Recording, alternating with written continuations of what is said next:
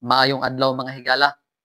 Atong tun-an karon ang Daniel Kapitulo 2. Ang Dios nagapakita sa umalabot nga kasaysayan. Gibahin nako kini nga hisgutanan sa duha ka video tungod kay taas kini nga topiko. Ang tagna niining kapituluha nagasugod sa panahon ni Daniel hangtod sa pagbalik ni Hesus. Kini giila nga labing malantip nga tagna sa Biblia tungod kay kini nagahatag og katin-awan sa mga mahitabo sa umalabot.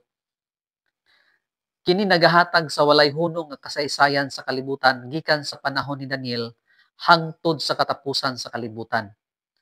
Niining kapituluha nagabukas pinaagi sa usa ka hari nga natulog didto sa usa ka matahom nga gingharian.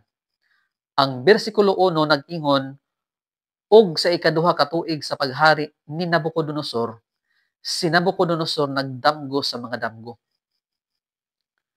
Sa diha nga ang Dios mihatag og damgo, unsa man ang iyang tuyo sumala sa gisulti ni Eliho, samtang siya nakigsulti ni Job. Si Eliho namulong kang Job nga nag-ingon, ngano nga ikaw makigbisog batok kaniya, sanglit wala man niya timan-i ang tanan niyang butang. Kaysa makausa nagasulti ang Dios, oo, sa makaduha, bisan ang tao wala magatagad ni ana, pinaagi sa usa ka damgo, sa usa ka panan-awon sa gabii, sa diha nga ang halalom nga paghinanok anaa sa mga katawhan. Sa pagkatulog diha sa ilang mga higdaanan, unya iyang gibuksan ang mga igdulungog sa mga katawhan ug takuman ang ilang pahamatngon aron isalikway niya ang tawo gikan sa iyang tuyo ug kataguan niya ang garbo gikan sa tawo. Ang tuyo sa Dios sa paghatag og damgo mao kini, aron iyang buksan ang mga igdulungog sa mga katawhan ug aron iyang takuman ang ilang pahamatngon ug aron isalikway niya ang tawo gikan sa iyang tuyo ug kataguan niya ang garbo gikan sa tawo.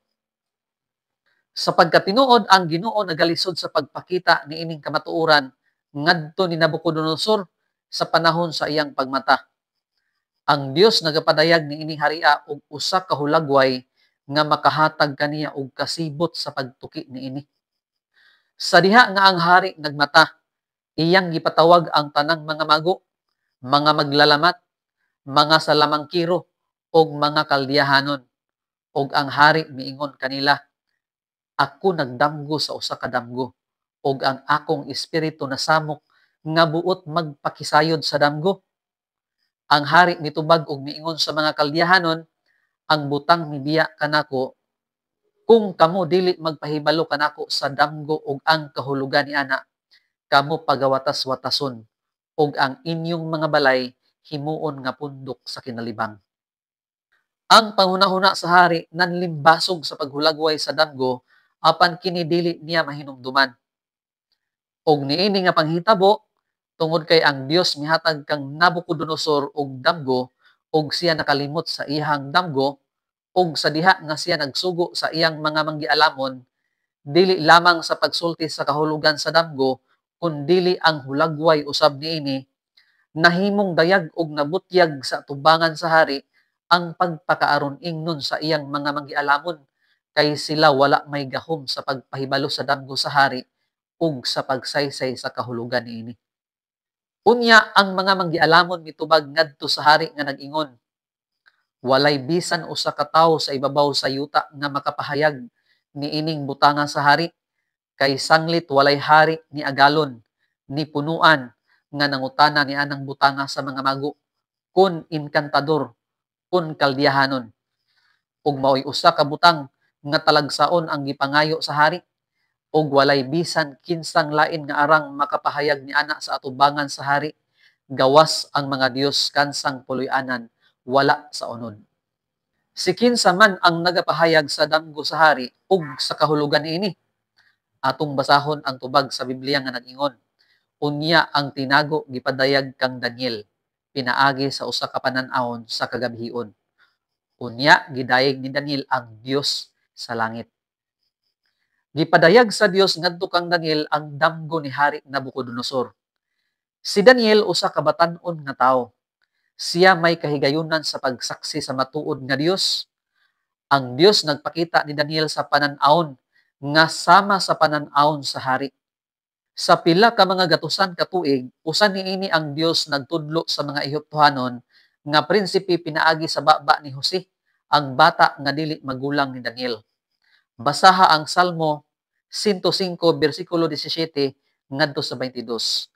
Ug samtang si Daniel nagatindog atubangan sa hari ug sa iyang mga magtutudlo, ang pulong ni David natuman nga nahisulat diha sa Salmo 119 bersikulo 98 ngadto sa usa ka gatos. Ug gipahibalo ni Daniel ang hari sa usa ka matuod nga Dios sa langit nga maoy mopadayag sa mga tinago.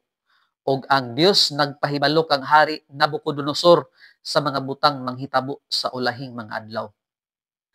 Ug si Daniel nagpadayon sa pagsaysay sa damgo sa hari sa pag-ingon, mahitungod kanimo, o hari, ang imong mga hunahuna mingsantop sa imong panumduman diha sa imong higdaanan aron sa pagpasayod sa mga butang manghitabo sa umalabot nga panahon, ug ang nagapadayag sa mga tinago nagpahibalok kanimo sa manghitabo sa ulahing mga adlaw.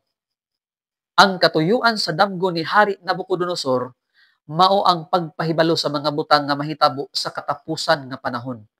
Ug ang Dios nagpahibalo sa hari kung unsa ang mahitabo sa ulahing mga adlaw.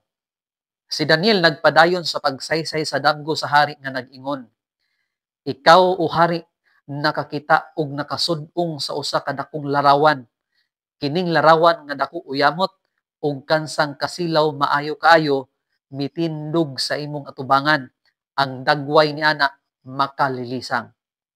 Mahitungod niini nga larawan, ang iyang ulo bulawan nga lunsay, ang iyang dughan ug ang iyang mga bukton sa lapi, ang iyang tiyan ug ang iyang mga paa tumbaga, ang iyang mga bitiis puthaw, ang iyang mga tiil may bahin nga puthaw ug may bahin nga yutang kulonon.